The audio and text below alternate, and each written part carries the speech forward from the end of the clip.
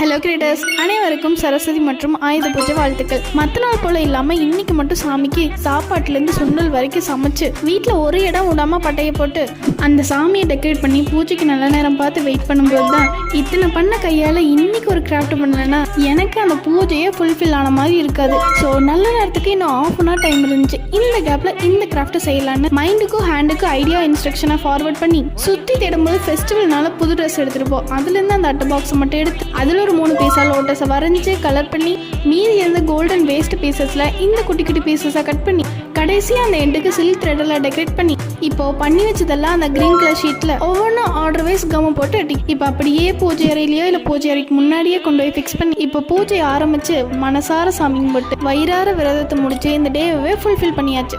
உங்களுக்கு டைம் இருந்தால் இந்த ஐடியாவை மறக்காமல் ட்ரை பண்ணி பாருங்கள்.